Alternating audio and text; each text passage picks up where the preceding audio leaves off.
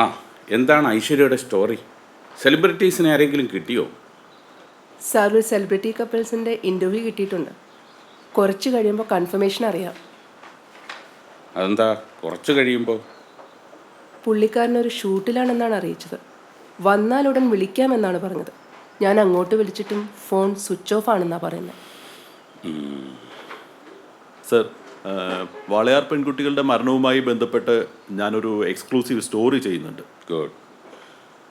തൻ്റെ സ്റ്റോറിയോ? സർ, എനിക്ക് സാറിനോട് മാത്രമായിട്ട് ചില കാര്യങ്ങൾ സംസാരിക്കാനുണ്ട്. ശരി സർ.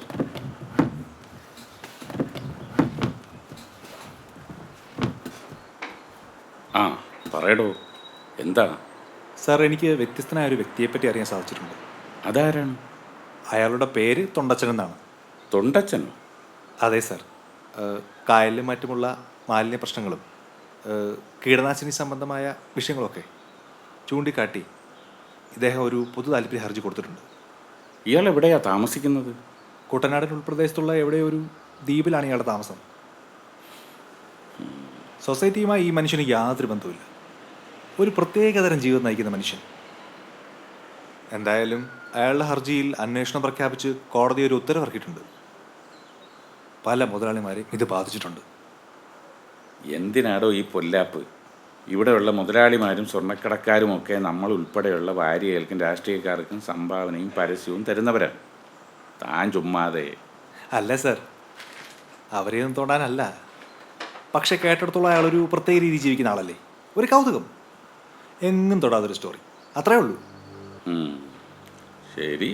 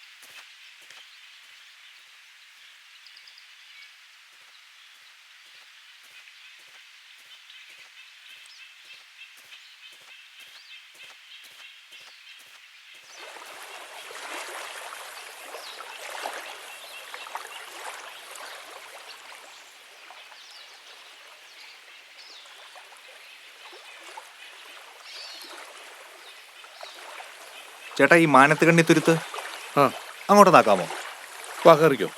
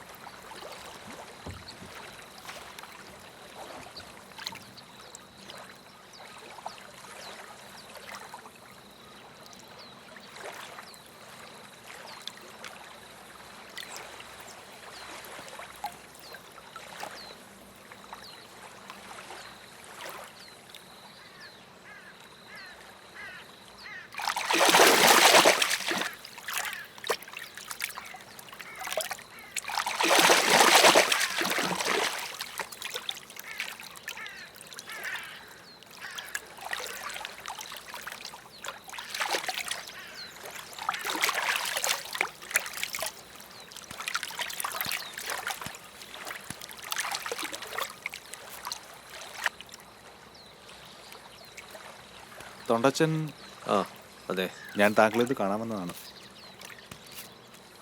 വരൂ.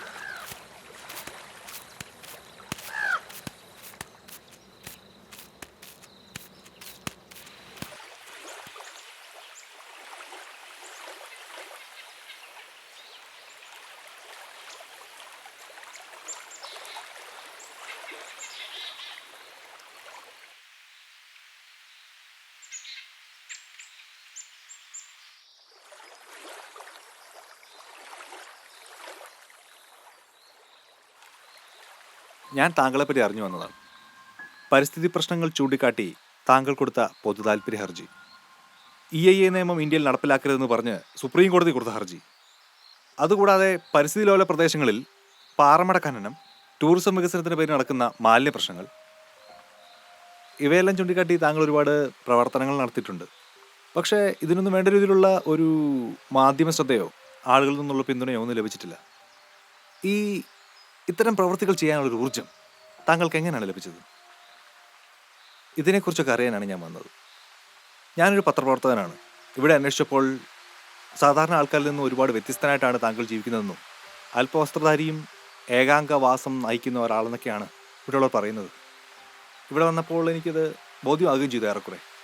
ശരിക്കും താങ്കൾ ആരാണ്? ഞാൻ അങ്ങനെ പള്ളിക്കുടുത്തി പോയി പഠിച്ചിട്ടുള്ള ആളൊന്നുമല്ല. സ്വയം മനസ്സിലാക്കിയെടുത്ത കാര്യങ്ങളാണ് ഇതൊക്കെ. 4 പാടും വെള്ളത്താൽ ചുറ്റപ്പെട്ട ഈ സ്ഥലത്ത് എനിക്ക് വിശപ്പ് മാറ്റിയത് ഈ കായലും ഈ കരയൊക്കെയാണ്. പണ്ടുണ്ടായൊരു വലിയ വെള്ളപ്പൊക്കത്തിൽ എൻ്റെ മാതാപിതാക്കൾ എനിക്ക് നഷ്ടപ്പെട്ടു. ഇവിടെ ഉണ്ടായിരുന്ന പലരെയും ആ വെള്ളം കൊണ്ടുപോയി. ഒഴുകി വന്നൊരു മരത്തടിയിൽ ഞാൻ ദിവസങ്ങളോളം പിടിച്ചു കിടന്നു. സത്യത്തിൽ അതൊരു പുനർജീവനമായിരുന്നു. ഞാൻ മരിച്ചു എന്ന് കരുതി, പക്ഷെ ഞാൻ ജീവിച്ചു. സത്യത്തിൽ അത് തന്നെ ആയിരിക്കും ഞാൻ ഇങ്ങനെയൊക്കെ ആയത്. ഇപ്പോൾ ഞാൻ നടത്തുന്ന പോരാട്ടങ്ങളൊന്നും ഒരു സമ്പൂർണ്ണ പോരാട്ടമാണെന്ന് ഞാൻ വിശ്വസിക്കുന്നില്ല. ചില നന്മകൾ ചെയ്യാൻ വേണ്ടി ചില കാര്യങ്ങളെ ഞാൻ ആശ്രയിക്കുന്നു. ആ ചിലതിനെയാണ് നിങ്ങൾ വ്യവസ്ഥിതി എന്ന് വിളിക്കുന്നത്. എനിക്കതൊരു പ്രകൃതിയുടെ വ്യവസ്ഥിതിയായിട്ട് തോന്നുന്നതേയില്ല. ഒരുതരം മരിച്ചു ജീവിക്കുന്ന അവസ്ഥ. ഇറങ്ങി പുറപ്പെടുകയും ചെയ്തു, എന്നാൽ അങ്ങെത്താനും ആകുന്നില്ല. എനിക്കറിയാം തൊട്ടപ്പുറത്ത് മറ്റൊരു ലോകമുണ്ടെന്ന്. നമ്മുടെ കാഴ്ച മറയ്ക്കുന്ന ഒന്നുണ്ട്. നിങ്ങളും നിങ്ങളെപ്പോലെ ഒരുപാട് പേര് വിശ്വസിക്കുകയും ശരിയെന്ന് കരുതുകയും ചെയ്യുന്ന മിഥ്യാസത്യങ്ങൾ. അതിനെ നിങ്ങൾ വ്യവസ്ഥിതി എന്നാണ് വിളിക്കുന്നത്. ഞാനതിനെ കാലഘട്ടത്തിൻ്റെ വിപത്തെന്നാണ് വിളിക്കുന്നത്. ഇവിടെ ഇങ്ങനെ ഒറ്റയ്ക്ക് ജീവിക്കുന്നതിൽ വിരസതയൊന്നും തോന്നുന്നില്ലേ? ഞാൻ ഒറ്റയാണെന്ന് പറയുന്നത് മിഥ്യാലോകത്തിൻ്റെ പ്രതിനിധികളായ നിങ്ങളാണ്. ഞാൻ ഒറ്റയല്ല, പ്രകൃതിയുടെ മകനാണ്. ഈ പ്രകൃതിയെ സംരക്ഷിക്കേണ്ടത് എൻ്റെ കടമയാണ്. നിങ്ങൾ പിന്തുടരുന്ന ഈ വ്യവസ്ഥിതി പ്രകൃതിക്ക് അനിവാര്യമായിട്ട് എനിക്ക് തോന്നിയിട്ടേയില്ല. എന്നിട്ടും ഞാൻ പരാതി പറഞ്ഞിട്ടുണ്ടെങ്കിൽ അതെൻ്റെ നിവൃത്തികേട് കൊണ്ട് മാത്രമാണ്. ഭ്രാന്ത് പിടിച്ച ഈ സമൂഹത്തിനെ കുറച്ചെങ്കിലും വരുതിയിൽ വരുത്തുവാൻ നിങ്ങളുടെ വ്യവസ്ഥിതിയിലെ ചിലതിനെ ഞാൻ ആശ്രയിക്കുന്നു. ആഹാരം കഴിക്കണ്ടെന്ന് വിചാരിച്ചാലും വിശപ്പ് ഒരു അനിവാര്യത എന്ന് പറയും പോലെ അത് വിളിക്കാതെ നമ്മളിലേക്ക് വരും. നിങ്ങൾ കാണുന്നത് പോലെ ഇവിടെ ഞാൻ ഏകനെങ്കിലും മരണം വരെ പോരാടുക തന്നെ ചെയ്യും. മാറ്റം ഉണ്ടാകാൻ സാധ്യതയില്ലെങ്കിലും ഞാൻ ആഗ്രഹിക്കുന്നു ആ മാറ്റത്തിനായി.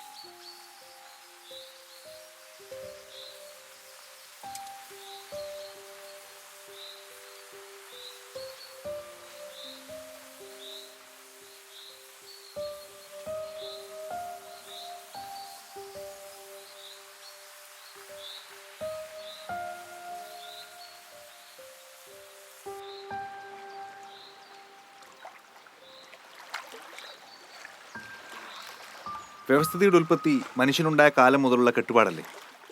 കാലാന്തരമായി സമൂഹജീവിയായ മനുഷ്യൻ തൻ്റെ നിലനിൽപ്പിന് വേണ്ടി ഉണ്ടാക്കിയതല്ലേ ഈ ചട്ടക്കൂട്? മനുഷ്യൻ സമൂഹജീവി തന്നെയാണ്. ഞാനത് അംഗീകരിക്കുന്നു. ആളുകൾ കൂട്ടം കൂട്ടമായി താമസിക്കുന്നതോ കൃഷി ചെയ്ത് വിളവെടുക്കുന്നതിനോടോ എനിക്ക് എതിർപ്പില്ല. പക്ഷേ സ്വാർത്ഥമായ അത്യാഗ്രഹപരമായ ഭൂമി കയ്യേറ്റവും പ്രകൃതിയുടെ നിലനിൽപ്പിനെ അപകടപ്പെടുത്തുന്നതുമായ പ്രവർത്തനങ്ങളോടാണ് എനിക്കെതിർപ്പ്. ഈ മലകളും പുഴകളും കാടുകളും ഒന്നും നശിപ്പിക്കാതെ മനുഷ്യൻ ജീവിക്കാൻ പഠിക്കണം, അത്രമാത്രം. ആ, അത്രമാത്രമല്ല ഇവിടുത്തെ വ്യവസ്ഥിതിയും ചെയ്യുന്നുള്ളൂ. വികസനം ഉണ്ടാകേണ്ടതും അറിവ് നേടേണ്ടതും ജീവിത നിലവാരം ഉയർത്തേണ്ടതും മനുഷ്യന്റെ ആവശ്യമല്ലേ? ഭൂമിയിൽ ജനിച്ചു വീഴുന്ന ഓരോ മനുഷ്യനും ഭൂമിയുടെ അവകാശികളാണ്. അതെല്ലാവർക്കും ലഭിക്കുന്നുണ്ടോ? ഇവിടെ ഒരു ജനാധിപത്യ സംവിധാനമില്ലേ? എല്ലാവർക്കും തുല്യത ഉറപ്പുവരുത്താനും ഇവിടുത്തെ പ്രകൃതിയെയും സാമൂഹ്യ വ്യവസ്ഥിതിയെയും സംരക്ഷിക്കേണ്ടതിന് ഇവിടെ ഒരു കോടതിയില്ലേ? പോലീസില്ലേ? ഇവിടെ ജീവിക്കുക എന്നുള്ളത് ആരുടെ ഔദാര്യമല്ല, മറിച്ച് അവരുടെ അവകാശമാണ്. അത് കിട്ടുന്നുണ്ടോ? ദാരിദ്ര്യരേഖയ്ക്ക് താഴെയുള്ളവർക്കും ഇവിടെ അനേകം പദ്ധതികളുണ്ടല്ലോ. ഇവിടെ ആർക്കാണ് പാർപ്പിടവും ആഹാരവും കിട്ടുന്നത്? വ്യവസ്ഥതയുടെ കീഴിൽ വരുന്ന റേഷൻ കാർഡുള്ള, കരമടയ്ക്കുന്ന, ആരോ ഉണ്ടാക്കിയ ഒരു നിയമത്തിനെ പിന്തുടരുന്നവർക്ക് മാത്രമല്ലേ അത് കിട്ടുന്നുള്ളൂ. ഞാൻ ഉദ്ദേശിക്കുന്നത് പ്രകൃതിക്കൊരു നിയമമുണ്ട്, ഒരു ചിട്ടയുണ്ട്, അതനുസരിച്ച് ജീവിക്കാനുള്ള സ്വാതന്ത്ര്യവും ഉണ്ട്. ഇത്തരം കാര്യങ്ങൾ വിളിച്ചു പറയുമ്പോൾ മറ്റുള്ളവരെന്നെ ഭ്രാന്തനെന്ന് വിളിക്കും. എന്തിന്? ചിലപ്പോൾ കല്ലെറിയുക തന്നെ ചെയ്യും. ഞാൻ ഭൂമിയുടെ മക്കൾക്ക് വേണ്ടി കർമ്മം ചെയ്യുന്നവനാണ്. സത്യത്തിൽ ഏത് വിവാഹത്തിൽപ്പെട്ട ആളാണ് താങ്കൾ? വ്യവസ്ഥിതിക്കുള്ളിലോ പുറത്തോ? ഈ താമസിക്കുന്ന സ്ഥലം ആരുടെ പേരിലാണ്? ഇതെൻ്റെ പിതാവിൻ്റെ പേരിലുള്ള സ്ഥലമാണ്. വർഷങ്ങളായി ഞാനിവിടെ താമസിക്കുന്നു. ഈ സ്ഥലത്തിന് താങ്കൾ കരമടയ്ക്കുന്നുണ്ടോ? അടയ്ക്കുന്നുണ്ട്. ഈ വ്യവസ്ഥിതിയോട് എതിർപ്പുള്ളവർ വ്യവസ്ഥിതിക്കുള്ളിൽ നിന്ന് കലഹിക്കുന്നതുകൊണ്ട് എന്തർത്ഥമാണുള്ളത്? താങ്കൾക്ക് ധൈര്യം ഉണ്ടെങ്കിൽ വ്യവസ്ഥിതിക്ക് പുറത്തുപോയി കലഹിക്കൂ.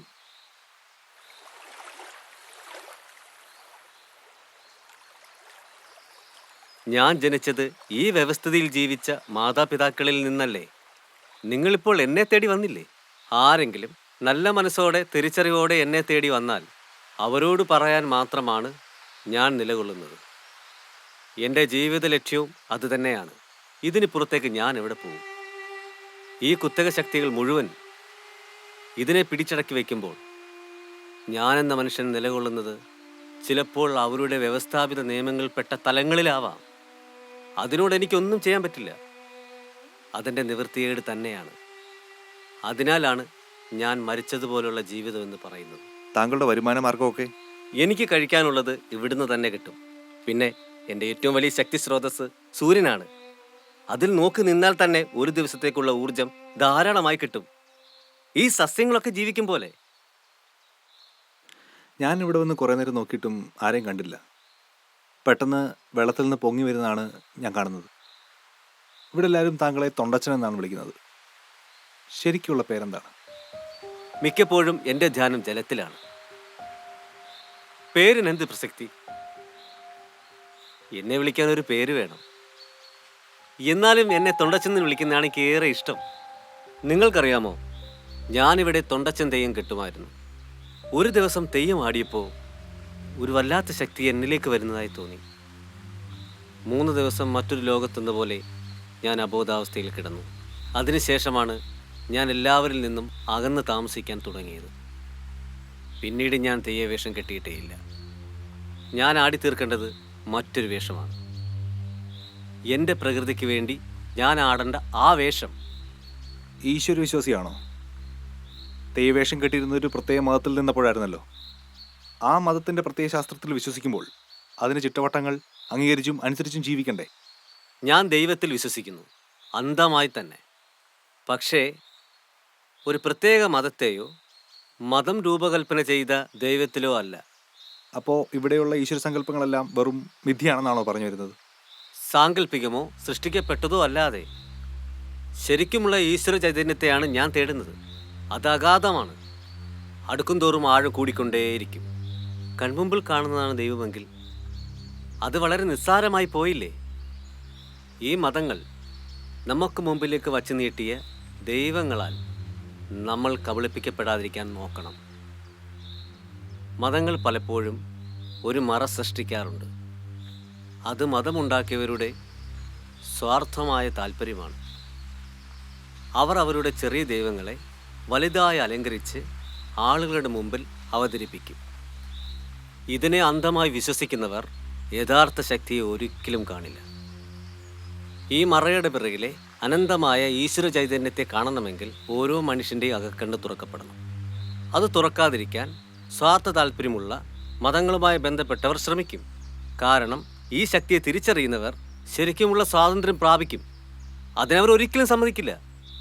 ചിലപ്പോൾ ഭ്രഷ്ട് കൽപ്പിക്കും, ചിലപ്പോൾ ഉപദ്രവിക്കും. എന്തിന്? ചിലപ്പോൾ നശിപ്പിച്ചും കളയും.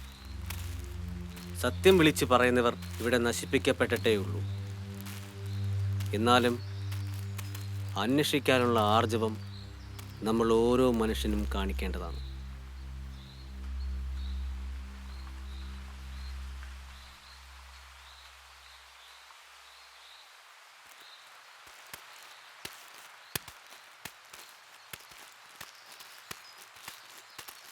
ഇത് എന്നെ സ്നേഹിക്കുന്ന ചിലരൊക്കെ ഇവിടെയുണ്ട്. അവർ ചിലപ്പോൾ എനിക്ക് വേണ്ടിയും കരുതാറുണ്ട്. ഞാൻ ജീവിച്ചിരിക്കണമെന്ന് ആഗ്രഹിക്കുന്നവർ.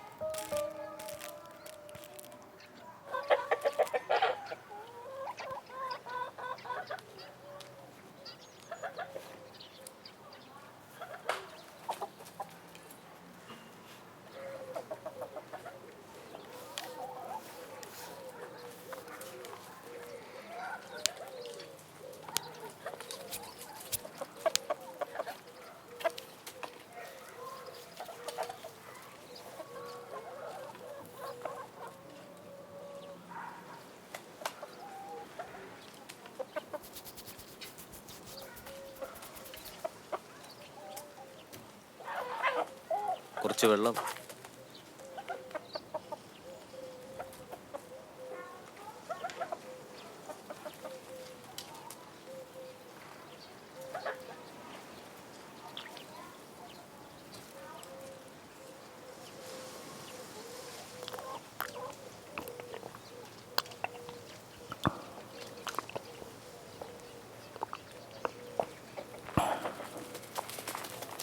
ഇത് ദിവസം 2 നേരം കൊടുക്കുക.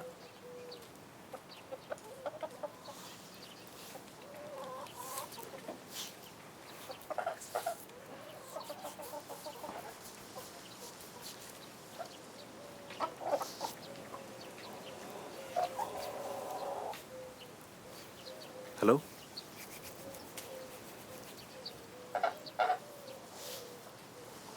വല്ലാത്തൊരു മനുഷ്യൻ തന്നെ. എന്തൊക്കെയാണെന്ന് ചോദിച്ചാൽ അയാളെല്ലാമാണ്. ആരും കാണാത്തത് പുള്ളി കാണും, കേൾക്കാത്തത് കേൾക്കും, ചെയ്യാൻ പറ്റാത്തത് ചെയ്യുകയും ചെയ്യും. അയാൾക്ക് മറ്റെന്തെങ്കിലും കുഴപ്പമുണ്ടെന്നാണ് ഞാൻ വിചാരിച്ചത്. ഭയങ്കര ആശയങ്ങളൊക്കെയാ, പക്ഷെ ചില കാര്യങ്ങളിലൊക്കെ എന്തൊക്കെയോ വല്ലാത്ത കഴമ്പുള്ള പോലെ തോന്നുന്നു. പറയുന്ന കാര്യങ്ങൾ കണക്ട് ചെയ്ത് കിട്ടാൻ ഇച്ചിരി പാടാ. ആ ശരി. ഞാൻ വിളിക്കാമേ.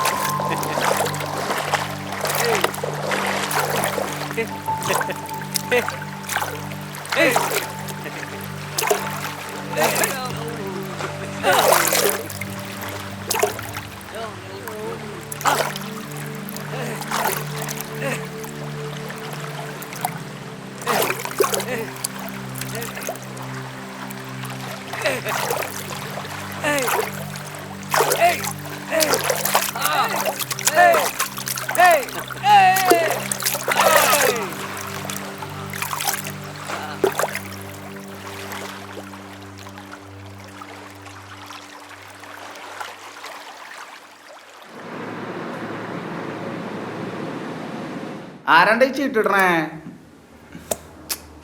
ഇതൊരുമാതിരി വല്ലാത്ത കളിയാണല്ലോ. കളി തുടങ്ങുന്നതിന് ഇപ്പൊ കയ്യിൽ നിന്ന് പോയി. ഡൺ. ആ എന്നാ വലുതിരിക്കട്ടെ.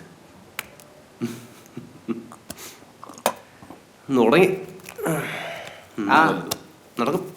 ആ വലുതിട്ടത് ആരാണ്? ആ ഗുലാമിട്ട് മടക്കിക്കോ. ആ വാടോ, ഞാട്ട് തന്നെ നോക്കിയിരുന്ന് ഒരു റൗണ്ട് കഴിഞ്ഞു. നിങ്ങളിരിക്കേ, നിങ്ങൾ കണ്ടിന്യൂ ചെയ്യ്. എനിക്ക് അത്യാവശ്യം ഒരു മാറ്റർ സെറ്റ് ചെയ്യാനുണ്ട്. അത് കഴിഞ്ഞായിരുന്നോളാം. ഞാൻ പറയാം. അറിയാം. അത് പിന്നെ എപ്പോഴും അങ്ങനെയല്ലേ, നമ്മൾ ഇരിക്കുമ്പോഴൊക്കെ നല്ല മാറ്റം. രാശിയാണ്. രാശിയൊക്കെ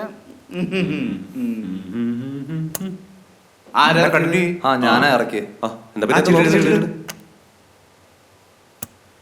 എനിക്കടിച്ചു മക്കളെ പരിപാടിക്കുക കുറച്ച് നേരം നോക്കിക്കണോ.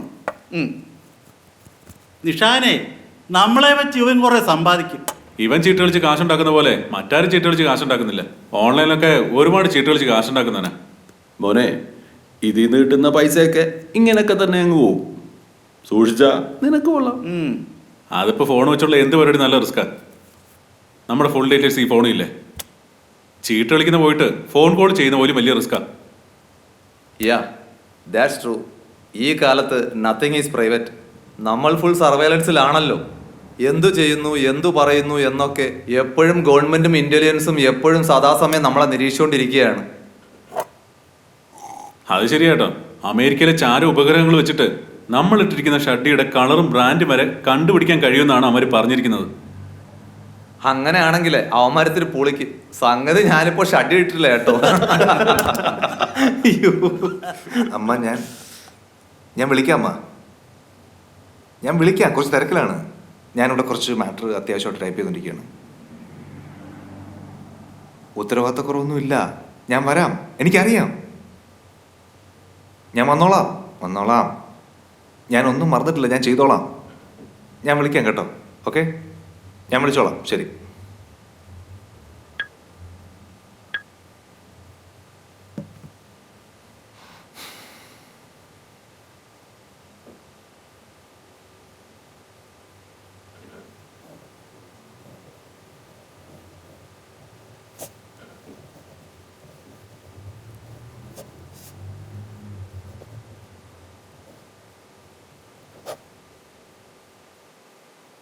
But national security is very important. രാജ്യസുരക്ഷയോ? ആർക്ക് വേണ്ടി? നമ്മളൊക്കെ സുരക്ഷിതരാണോ? ഇതൊക്കെ ചുമ്മാ ഫാസിസ്റ്റ് സെറ്റപ്പുമായിട്ട് കൂടിച്ചേർന്ന് നിൽക്കുന്നവർക്കും പിന്നെ കുറേ കോർപ്പറേറ്റുകൾക്കും അതിൻ്റെ പങ്ക് പറ്റുന്നവർക്കും അവരൊക്കെ സേഫാണ്, സുരക്ഷിതരാണ്. നമ്മുടെ കാര്യം ആ പറഞ്ഞത് വളരെ ശരിയാ. ആഹാ, പഴയ വിപ്ലവകാരി ഉണർന്നല്ലോ. നിങ്ങളുടെ വിപ്ലവം എല്ലാം ചോർന്നു പോയെന്നാ പൊതുവെയുള്ള സംസാരം. മക്കളുടെ കല്യാണപ്രായമൊക്കെ ആയില്ലേ അല്ലേ വിളിച്ചേട്ടാ? നീയോ എൻ്റെ പ്രായത്തിലേക്കാ വരുന്നത്. ഇടയ്ക്കിടയ്ക്ക് വീട്ടിലേക്ക് ഓടുന്നത് വിപ്ലവം തീർന്നിട്ടാണോ? എന്താ ചേട്ടാ നിങ്ങൾ കല്യാണം നോക്കാത്തെ? ഈ കല്യാണം എന്നൊക്കെ പറയുന്നതേ ഒരു പ്രകൃതി വിരുദ്ധ സെറ്റപ്പാ, ശരിയല്ലേ? ഇത് കുറെ പൊങ്ങച്ചക്കാർക്ക് സോഷ്യൽ സ്റ്റാറ്റസ് കാണിക്കാനും മതമേലാളന്മാർക്ക് ആളെ കൂട്ടാനും പിന്നെ ഈ പാവം മാതാപിതാക്കൾക്ക് സ്വത്ത് അന്യാധീനപ്പെട്ട് പോകാണ്ടിരിക്കാനുള്ള ഒരു പരിപാടിയാ, ശരിയല്ലേ? ചേട്ടാ, നമ്മളെ ഈ മാധ്യമ പ്രവർത്തകർക്ക് വിവാഹ കമ്പോളത്തിൽ എങ്ങനെയുണ്ട് മാർക്കറ്റ്?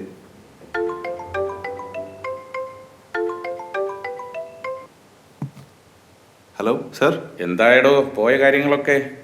സാറേ, മൂപ്പര് ഒരു സർവകലാശാലയാണ്. ഒരു ഇന്റർവ്യൂ മാത്രമായിട്ട് കൊടുത്തിട്ട് കാര്യമില്ല. അടുത്ത ലക്കം മുതൽ ഒരു കോളം തന്നെ ചെയ്യണമെന്നുണ്ട്. അല്ലെങ്കിൽ ഇന്റർവ്യൂവിന്റെ ഒരു പരമ്പര ചെയ്താൽ നന്നായിരിക്കും.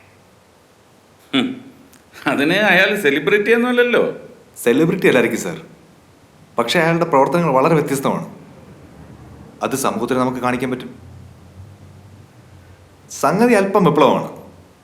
സോക്കോൾഡ് വ്യവസ്ഥയോട് പല രീതിയിൽ യോജിക്കാതെ പലതുമുണ്ട് മാറ്ററിൽ. താൻ എന്നെ കോടതി കയറ്റുമോ? ഈ സിസ്റ്റത്തെ തന്നെ അട്ടിമറിക്കുന്ന ലേഖനങ്ങളോ എഴുത്തുകളോ വന്നാൽ അത് എനിക്ക് പ്രശ്നമാകും.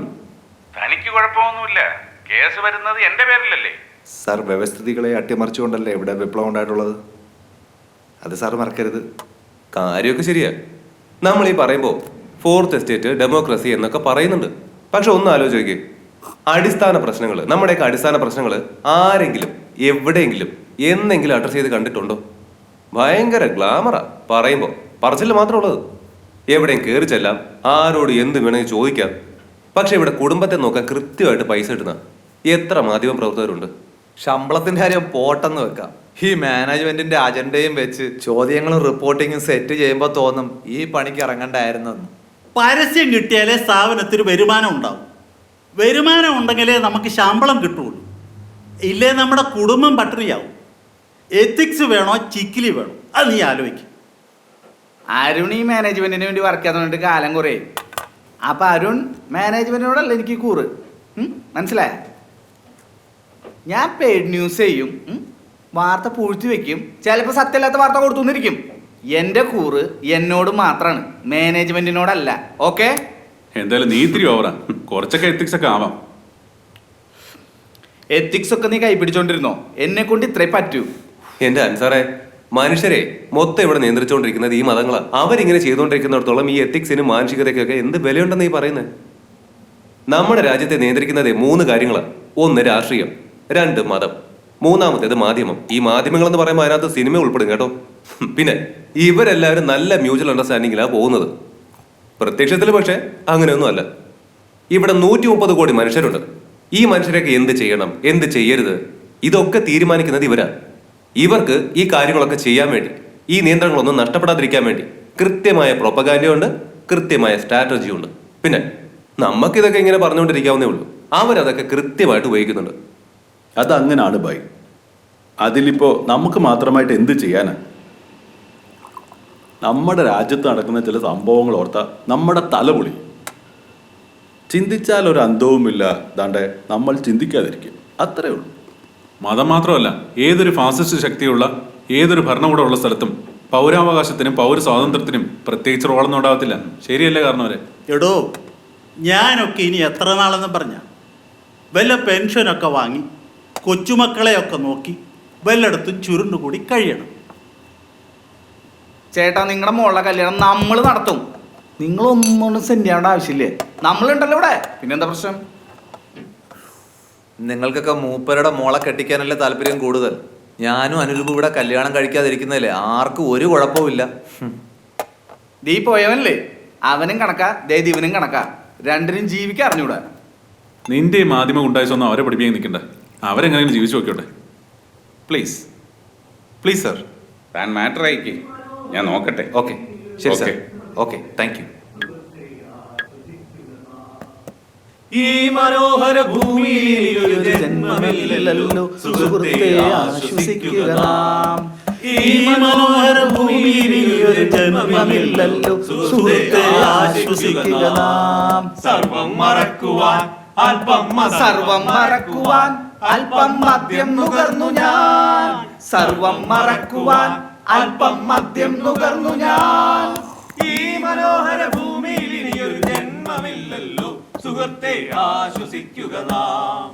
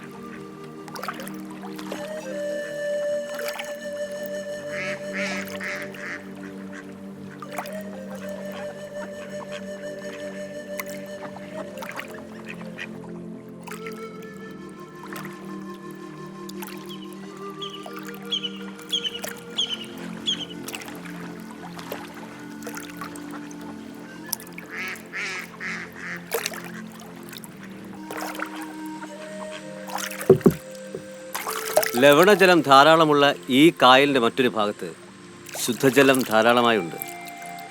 അതിന് കടലുമായി യാതൊരു ബന്ധവുമില്ല.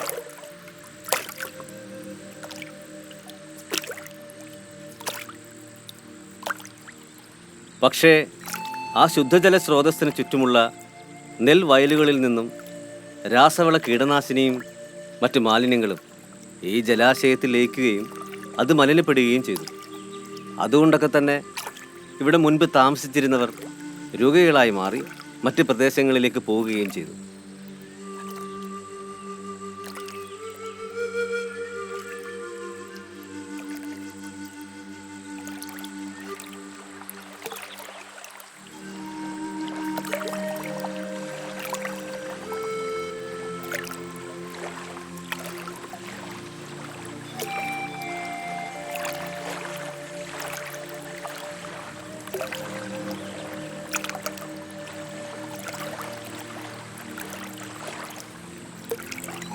ഈ കായലും മറ്റ് ജലാശയങ്ങളും നേരിടുന്ന ഏറ്റവും വലിയ പ്രശ്നം ബോട്ടുകളിൽ നിന്നും പുറന്തള്ളപ്പെടുന്ന ഇന്ധനത്തിൻ്റെ അംശവും മനുഷ്യവിസർജ്യവും വലിച്ചെറിയപ്പെടുന്ന പ്ലാസ്റ്റിക്കുമാണ്.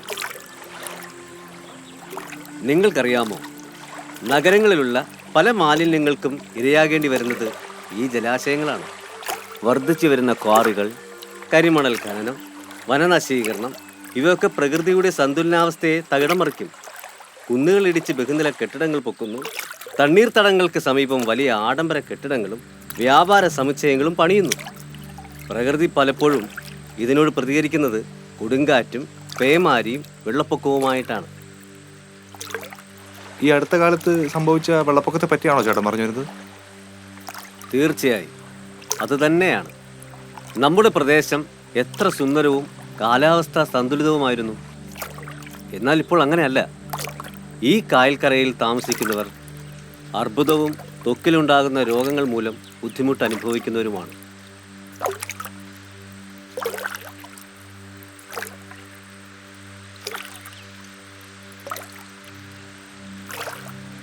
കുത്തക ശക്തികൾ അവരുടെ കീശ നിറയ്ക്കാൻ വേണ്ടി കാട്ടിക്കൂട്ടുന്ന തോന്നിവാസങ്ങളാണ് ഇതൊക്കെ. അതിന് ബലിയാടാവുന്നത് പാവം മനുഷ്യരും. ചേട്ടന് അവരെയൊക്കെ അറിയാമോ?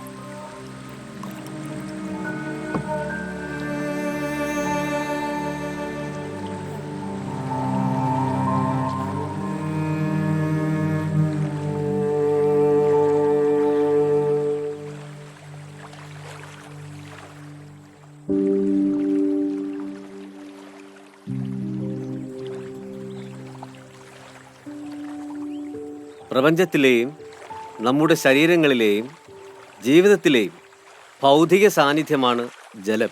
കൂടാതെ നമ്മുടെ മനസ്സിനെയും ചിന്തകളെയും കർമ്മത്തെയും ഭാവനയെയും ഒക്കെ ജലം സ്വാധീനിക്കുന്നുണ്ട്. ജലം ഭൂമിയുടെ രക്തമാണെന്നുള്ള തിരിച്ചറിവാണ് നമുക്ക് ആദ്യം വേണ്ടത്. ജീവൻ നിലനിർത്താൻ ആവശ്യമായ ഭക്ഷണത്തിനും കൃഷി ചെയ്യാനും ദാഹമകറ്റാനും ശരീരത്തെ ശുദ്ധീകരിക്കാനും ജലം വേണം. നമ്മുടെ ശരീരത്തിലെ ഏറിയ പങ്കും ജലമാണ്. ശരീരങ്ങളെ ജലസേചനം ചെയ്യുന്നത് ദ്രവരൂപത്തിലുള്ള രക്തമാണ്.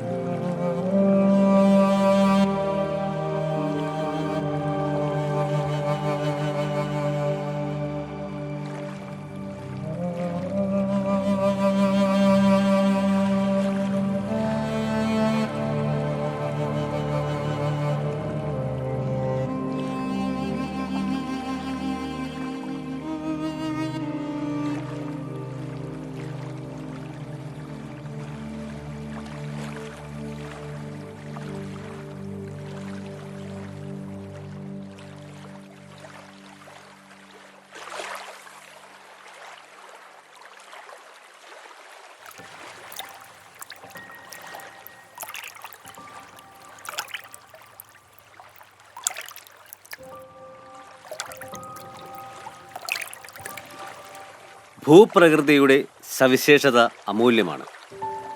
ഇഷ്ടം പോലെ മഴ ലഭിക്കുന്ന സ്ഥലമാണ് നമ്മുടേത്. പക്ഷേ തീവ്രമായി പെയ്യുന്ന മഴ മണ്ണിലേക്ക് ഇറങ്ങുന്നതിനുള്ള സമയമോ സാവകാശമോ ലഭിക്കുന്നില്ല. പശ്ചിമഘട്ടത്തിൽ നിന്ന് പടിഞ്ഞാറേക്ക് ചരിഞ്ഞു കിടക്കുന്ന ഒരു ഭൂപ്രദേശമാണ് നമ്മുടേത്. അങ്ങ് മലയിൽ പെയ്യുന്ന മഴ അറബിക്കടലിലെത്താൻ മണിക്കൂറുകൾ മതി. മനുഷ്യൻ്റെ അമിതമായ നഗരവൽക്കരണം ഭൂമിയിൽ കാര്യമായ മാറ്റങ്ങളാണ് ഉണ്ടാക്കിയത്. എൻ്റെ അറിവിൽ ചേട്ടൻ അധികം വിദ്യാഭ്യാസം ചെയ്തിട്ടില്ല, എന്നിട്ടും ഇത്ര കൃത്യമായ കണക്കുകൾ. പ്രകൃതി നൽകുന്ന പാരിസ്ഥിതിക നന്മകൾ തിരിച്ചറിയാൻ സഹജാവബോധമുള്ളവർക്ക് കണക്കുകളുടെ ആവശ്യമില്ല. ഞാൻ എൻ്റെ കണ്ണ് പ്രകൃതിയിലേക്ക് തുറന്നു വച്ചിരിക്കുകയാണ്. നിങ്ങളത് ചെയ്യുന്നില്ല. കണ്ണുണ്ടായാൽ മാത്രം പോരാ, കാണാൻ പഠിക്കുകയും വേണം. മഴദൈവങ്ങളെ ആരാധിച്ചിരുന്നവരാണ് ഇവിടുത്തെ ജനങ്ങൾ. ഞാൻ വർഷങ്ങളോളം കെട്ടിയാടിയ തെയ്യവേഷം പോലും ഇവിടുത്തെ പുഴയോരങ്ങളിലും കടലോരങ്ങളിലും താമസിച്ചവർ ജലസമൃദ്ധിക്കായി ചെയ്ത ആചാരങ്ങളിൽ നിന്നും ഉൾക്കൊണ്ടതാണ്. മരങ്ങളും ചെടികളും ഭൂമിയിൽ നട്ടു വളർത്തുന്നത് മനുഷ്യർ ശീലമാക്കണം.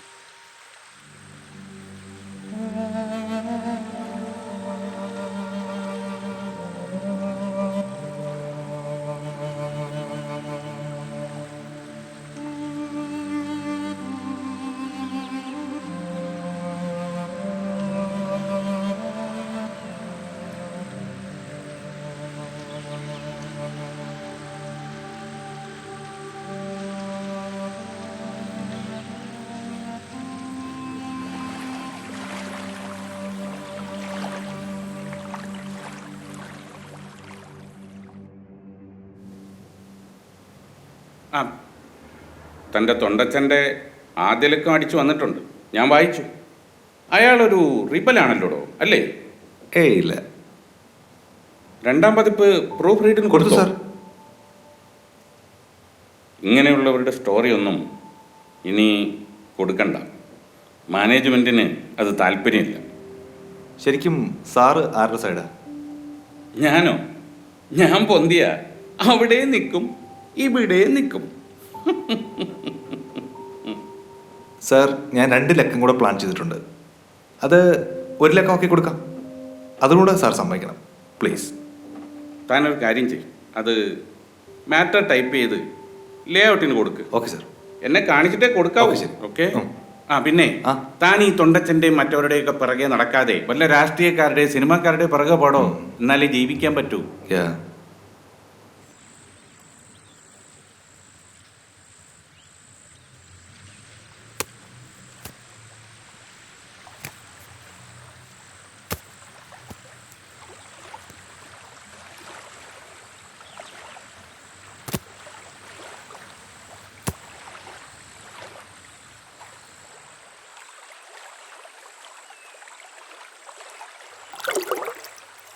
നിങ്ങൾ ഈ കണ്ടലുകളെ ശ്രദ്ധിച്ചോ?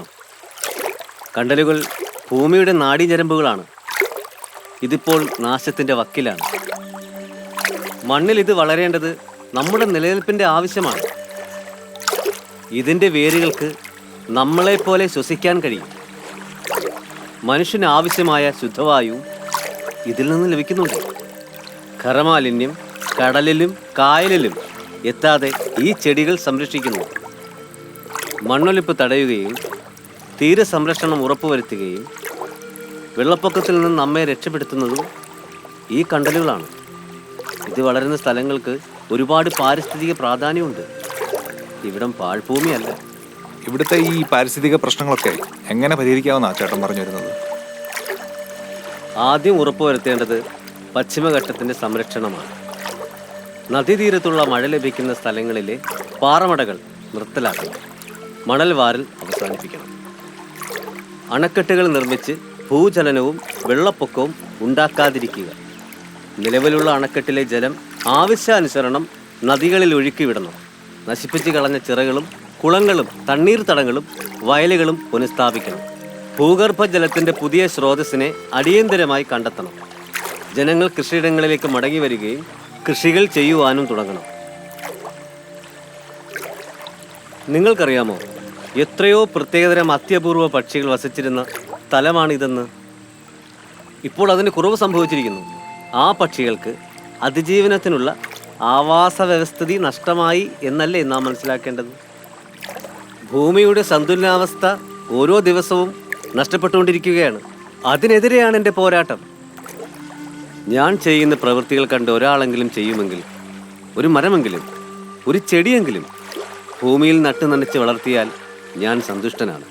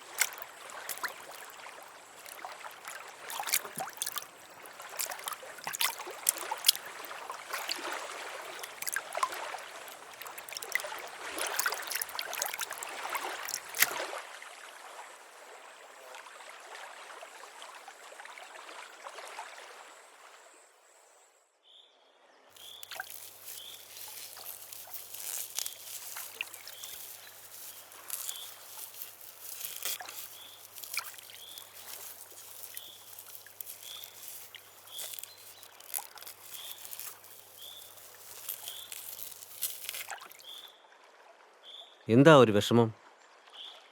എന്തോ അലട്ടുന്നുണ്ടല്ലോ. എന്നെ ഉപേക്ഷിച്ച് കളയാൻ ഉത്തരവ് വല്ലതും വന്നിട്ടുണ്ടോ? ഏയ്, അങ്ങനൊന്നുമില്ല.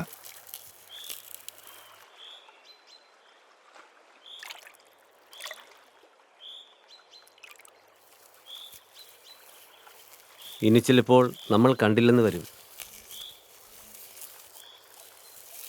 അതെന്താ തൊണ്ടച്ച അങ്ങനെ പറഞ്ഞത്?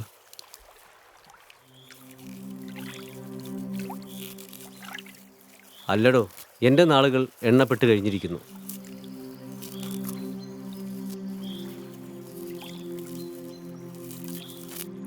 അധിക നാളൊന്നും ഈ ഭൂമിയിൽ ഞാനിനി ഉണ്ടാകില്ല. അങ്ങനെയൊന്നും പറയല്ലേ തൊണ്ടച്ച, ഞങ്ങളൊക്കെ ഇവിടില്ലേ? എൻ്റെ കടമകൾ ഞാൻ നിറവേറ്റി. മറ്റുള്ളവരിലേക്ക് ഞാനത് പകർന്നു നൽകിയിട്ടുമുണ്ട്. തനിക്കൊരിക്കലും എൻ്റെ കൂടെ നിൽക്കാനാകില്ല. നമ്മൾ തമ്മിൽ ഒരുപാട് വ്യത്യാസമുണ്ട്. താൻ അതിരുകളാൽ ചുറ്റപ്പെട്ട് കിടക്കുന്നു. പക്ഷേ എനിക്ക് അതിരുകളില്ല. നമ്മൾ രണ്ടും ഒരുപോലുള്ള മനുഷ്യരല്ലേ തൊണ്ടച്ച? അതെ, പക്ഷേ വിശ്വസിക്കുന്ന പ്രത്യയശാസ്ത്രം വ്യത്യസ്തമാണ്. ഞാൻ വ്യവസ്ഥിതിയുടെ ആളല്ല. എനിക്ക് ആരെ ഒന്നും ബോധിപ്പിക്കാനുമില്ല. എൻ്റെ നിയമം പ്രകൃതി നിയമമാണ്. എൻ്റെ ഈശ്വരൻ പ്രകൃതി ശക്തിയാണ്. ഞാനൊന്നിനും കീഴ്പ്പെടുന്നില്ല. പക്ഷേ നിങ്ങൾക്കതിനാവില്ല. എനിക്കെന്തുകൊണ്ടത് പറ്റില്ല? ബന്ധങ്ങളുടെ ചങ്ങല നിങ്ങളെ കെട്ടിയിട്ടിരിക്കുന്നു. നിങ്ങൾ മറ്റൊരാളുടെ സൗകര്യത്തിനനുസരിച്ച് ശ്വസിക്കുകയും ചിന്തിക്കുകയും പ്രവർത്തിക്കുകയും ചെയ്യുന്നു. നിങ്ങൾ മനുഷ്യൻ ചിട്ടപ്പെടുത്തിയ നിയമങ്ങളെ കണ്ണടച്ച് വിശ്വസിച്ച് അതിനെ പിന്തുടരുന്നു. ഞാൻ പ്രകൃതിയുടെ സത്യത്തെ പിന്തുടരുന്നു. നിങ്ങൾക്ക് കാണാൻ പറ്റാത്തത് ഞാൻ കാണും. നിങ്ങളിൽ ഞാനൊരു നന്മ കാണുന്നു. ആർക്കും ആവശ്യമില്ലാത്ത, എല്ലാവരും തള്ളിക്കളഞ്ഞതിനെ നിങ്ങൾ അന്വേഷിച്ചു വന്നിരിക്കുന്നു. അതുകൊണ്ട് ഞാൻ നിങ്ങളെ ഇഷ്ടപ്പെടുന്നു.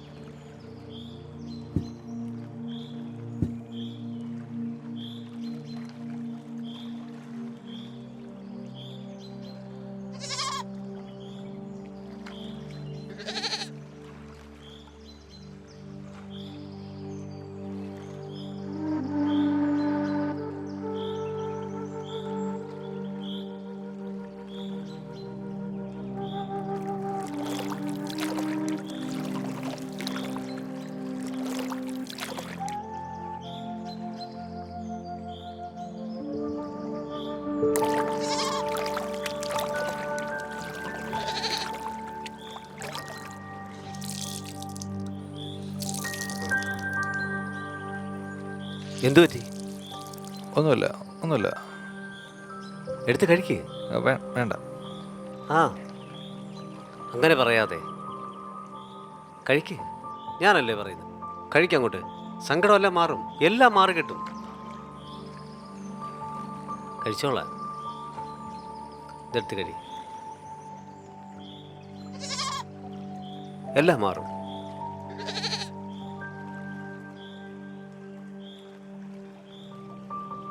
കപ്പ കൊള്ളാം, നന്നായിട്ടുണ്ട്. കഴിച്ചോ.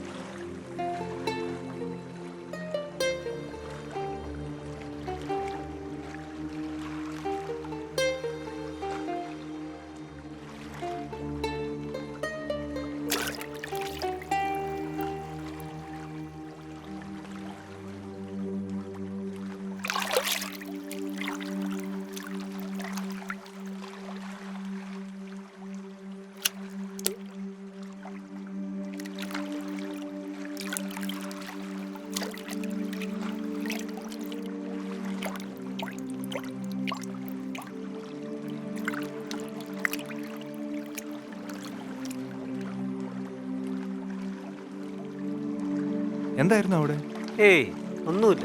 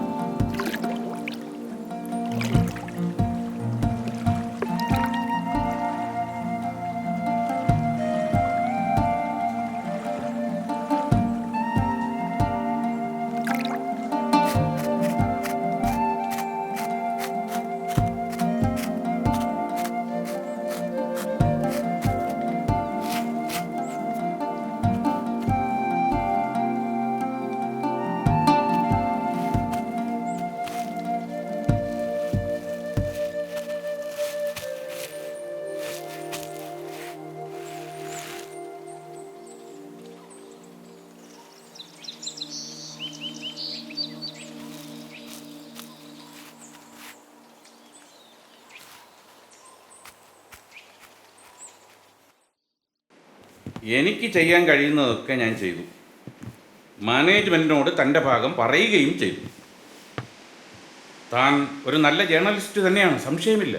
പക്ഷേ ആ ഒറ്റ ലേഖനം പരിസ്ഥിതി പ്രശ്നത്തെപ്പറ്റി എടുത്തു പറഞ്ഞതോ പോട്ടെ, പല പ്രമുഖരുടെയും പേര് താൻ അതിൽ ഉൾപ്പെടുത്തി. അതേ തുടർന്ന് എന്തൊക്കെ പ്രശ്നങ്ങളാണ് ഉണ്ടായെന്നറിയോ?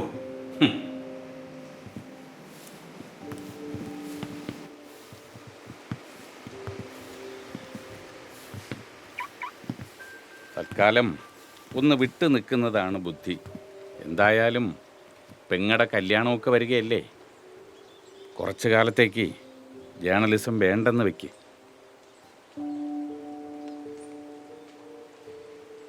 രാജിവെക്കുകയല്ലാതെ വേറെ വഴിയില്ല. ഞാൻ തന്നെ ഇപ്പോൾ അവരുടെ കണ്ണിലെ കരടാം. തൻ്റെ ലേഖനവും പൊക്കിപ്പിടിച്ച് പ്രതിപക്ഷ നേതാവ് നിയമസഭയിൽ സർക്കാരിൻ്റെ അറിവോടെയാണ് ഇതൊക്കെ നടക്കുന്നതെന്നാണ് ആരോപിക്കുന്നത്. ചില ഓൺലൈൻ മാധ്യമങ്ങളും അത് ഏറ്റെടുത്തിട്ടുണ്ട്. പോരാത്തതിന് കുറേ പരിസ്ഥിതി പ്രവർത്തകരും. താൻ തൊട്ടത് അതുപോലുള്ള ആൾക്കാരെയാണോ? ഏതായാലും താൻ രാജിവെക്കുകയാണെന്ന് ആരോടും പറയണ്ട. പിന്നെ തൻ്റെ തൊണ്ടച്ചൻ്റെ കാര്യം, അയാളെ ഇനി കാണാനോ സംസാരിക്കാനോ പോകരുത്. അയാളുടെ കാര്യത്തിൽ ഒരു തീരുമാനമായിട്ടുണ്ട്.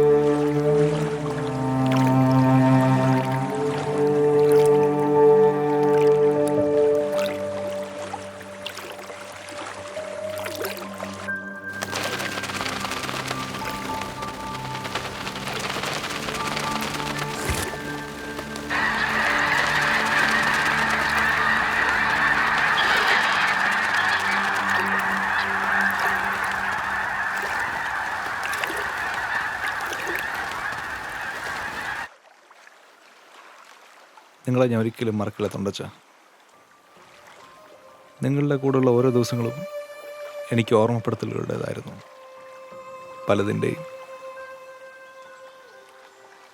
എനിക്ക് എന്നെ തന്നെ തിരിച്ചറിയാനുള്ള നിമിഷങ്ങളായിരുന്നു എല്ലാം. ഞാനൊരു ദുർബലനാണ് തൊണ്ടച്ച. എനിക്ക് ഉത്തരവാദിത്തങ്ങൾ ഏറ്റെടുക്കാനുള്ള കഴിവില്ല. പേരിന് ഞാൻ എന്തൊക്കെയോ ആണ്. എന്താണ് യഥാർത്ഥ ശരി തെറ്റ് എന്നെനിക്കറിയില്ല. ഞാൻ എന്തൊക്കെയോ ആരുടെയൊക്കെയോ ശരികൾ പിന്തുടർന്ന് ജീവിക്കുന്നു.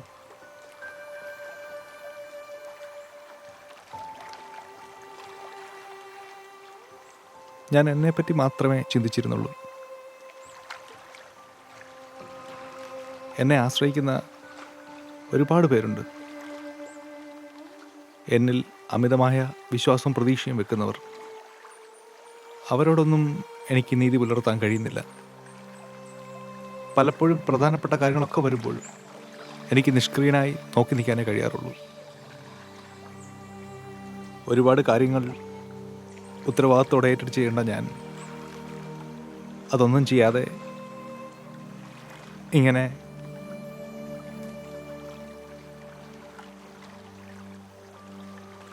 എനിക്കെൻ്റെ ചുറ്റുമുള്ളവരോട് മത്സരിക്കാനും അവർക്കിടയിൽ അവരിലൊരാളായി ജീവിക്കാനും കഴിയുന്നില്ല. അതുകൊണ്ട് തന്നെ എനിക്ക് ഒരുപാട് നഷ്ടങ്ങൾ സഹിക്കേണ്ടതായി വരുന്നുണ്ട്. എനിക്ക് മാനസികമായ അടുപ്പം തോന്നുന്നുള്ളപ്പം മാത്രമേ എനിക്ക് ഇടപെടാൻ കഴിയാറുള്ളൂ. ചിലരുടെ പ്രവൃത്തികൾ കാണുമ്പോൾ എനിക്ക് അവർക്കൊപ്പം നിൽക്കാൻ തോന്നാറില്ല. ഈ ഒറ്റപ്പെടൽ എന്നെ വല്ലാതെ വേദനിപ്പിക്കുന്നു. ഞാൻ ഒറ്റയ്ക്ക് താമസിക്കുന്നത് കൊണ്ടാവാം ഇതൊന്നും എന്നെ അലട്ടാത്തത്. അല്ലെങ്കിൽ ഞാൻ ഇത്തരം കാര്യങ്ങൾക്ക് കൂടുതൽ ശ്രദ്ധ കൊടുക്കാത്തതുമാവാം. അതല്ല തൊണ്ടച്ച, ചില സമയത്ത് മനുഷ്യൻ്റെ അവസരവാദപരമായ പെരുമാറ്റം എന്നെ വല്ലാതെ വേദനിപ്പിക്കാറുണ്ട്. ഇവരെന്താണ് ചിന്തിക്കുന്നതെന്ന് നമ്മൾ മനസ്സിലാക്കുന്നില്ല എന്നാണ് ഇവർ കരുതുന്നത്. പൊതുസമൂഹത്തിൻ്റെ സ്വഭാവം അങ്ങനെയാണ്. അവരവരുടെ ജീവിതം മെച്ചപ്പെടുത്താനും ഞാനെന്ന ഭാവത്തെ തൃപ്തിപ്പെടുത്താനും പല പാത്രത്തിലൊഴിച്ച വെള്ളം പോലെ മാറിക്കൊണ്ടിരിക്കും. അതിൽ കൂടുതൽ ശ്രദ്ധ കൊടുക്കരുതെന്നേ ഞാൻ പറയൂ.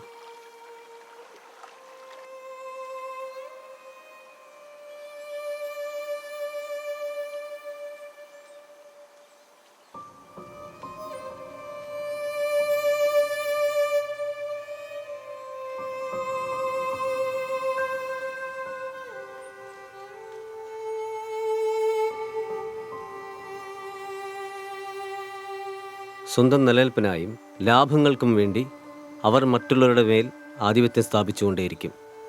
അവർ കുടിലമായി ചിന്തിക്കുകയും അതിന് പ്രേരിപ്പിക്കുകയും ചെയ്യും. നിങ്ങൾ അവരെ ചൊല്ലി വേവലാതിപ്പെടേണ്ട.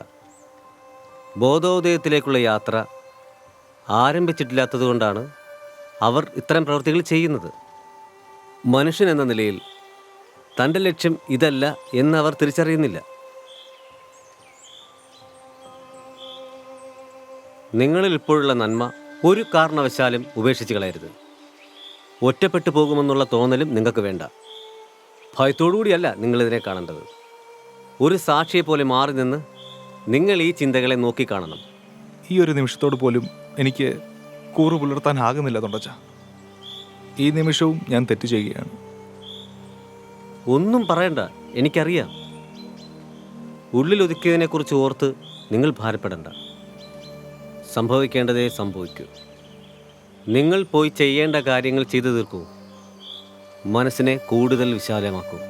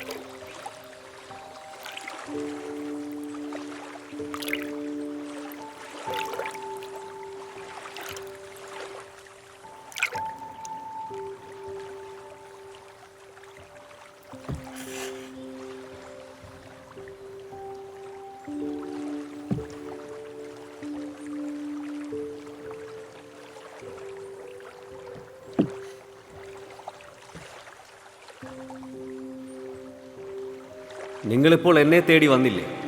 ആരെങ്കിലും നല്ല മനസ്സോടെ തിരിച്ചറിവോടെ എന്നെ തേടി വന്നാൽ അവരോട് പറയാൻ മാത്രമാണ് ഞാൻ നിലകൊള്ളുന്നത്. എൻ്റെ ജീവിത ലക്ഷ്യവും അതുതന്നെയാണ്.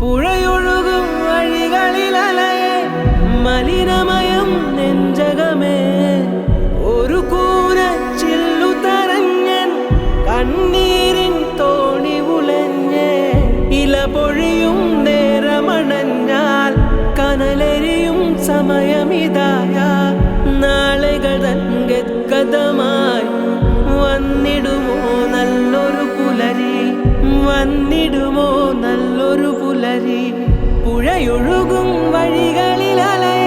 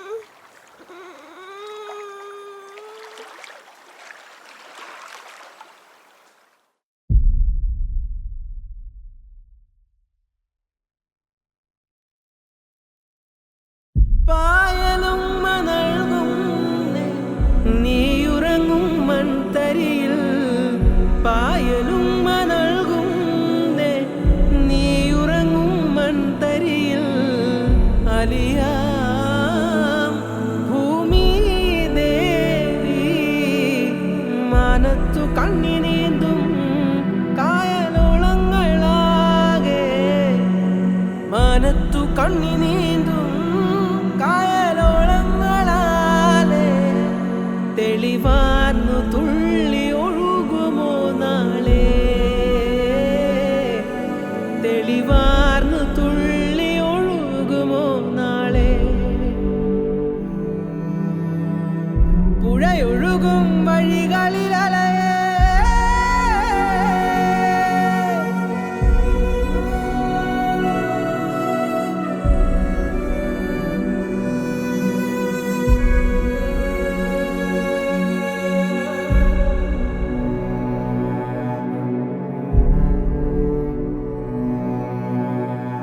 പച്ചമരം കരിയുന്നേ ഊഷരമാം വന്യതയിൽ പച്ചമരം കരിയുന്നേ ഊഷരമാം വന്യതയിൽ പിരിയാം പ്രകൃതി ദേവി ഹരിതവർണ്ണ ചായം ചുമർ ചിത്രങ്ങളാകെ ഹരിതവർണ്ണ ചായം ചുമചിത്രങ്ങളാകെ ഹരിതാപ ചൂടി നിൽക്കുമോ ഭൂമി